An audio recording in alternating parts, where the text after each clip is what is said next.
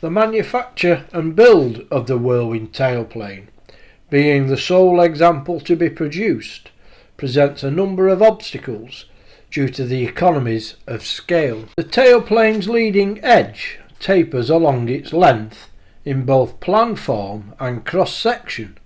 This requires specialist equipment to form the profile. The production method used is known as stretch forming. This requires the component to be stretched hydraulically from a flat sheet over a form block to the required profile. This is required to prevent shear buckling along its length that would occur if it was simply bent over a former.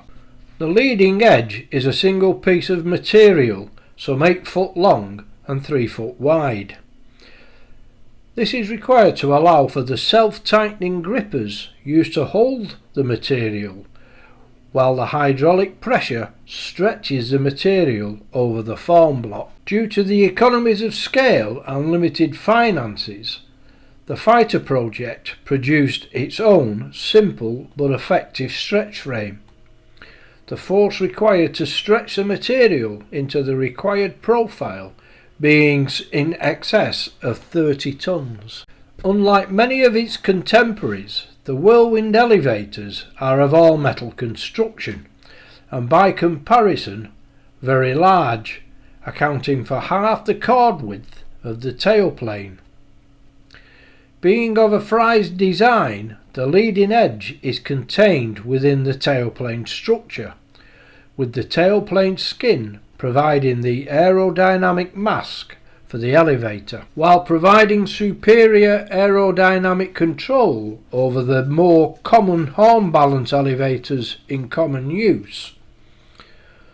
The Whirlwind's elevator design and all metal construction required large lead weights in the nose section that projected forward from the hinge line into the tailplane mask.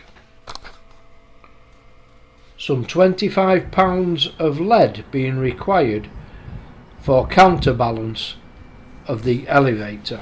The elevators have port and starboard trim tabs. Only the starboard trim tab was controllable by the pilot, the port tab being adjustable only by the ground crew. The adjustable trimming gear mechanism is again a complex arrangement. The cockpit gear comprises a handwheel and capstan drum with a single wound cable that runs via a number of pulleys and rollers up to the tailplane centre casting. A second drum has a skew gear extension that converts the rotary motion from the pilot's handwheel into a linear movement via a sleeve gear. This in turn is connected through push-pull tubes and bell cranks to the actual trim tab. The elevator trailing edge is formed by an extruded tube with a tapered profile. To extrude the tube would be cost prohibitive for the very short lengths we require. In this regard, the WFP produced a roller box and profile rollers to manufacture the required profile tube from commercially available stock material. Attaching the skins to both the tailplane and elevators requires a mix of solid and blind rivets due to the closed box nature of the structure. Both Avdel and Cherry Max aircraft structural rivets being used for the closed sections. Very expensive compared to a standard pop rivet, with over 2,500 being fitted. The Whirlwind Fighter Project is a not-for-profit charity dedicated to the reconstruction of this iconic World War II fighter. If you feel you could assist in helping to fund the project or to become a member, please visit our website for details.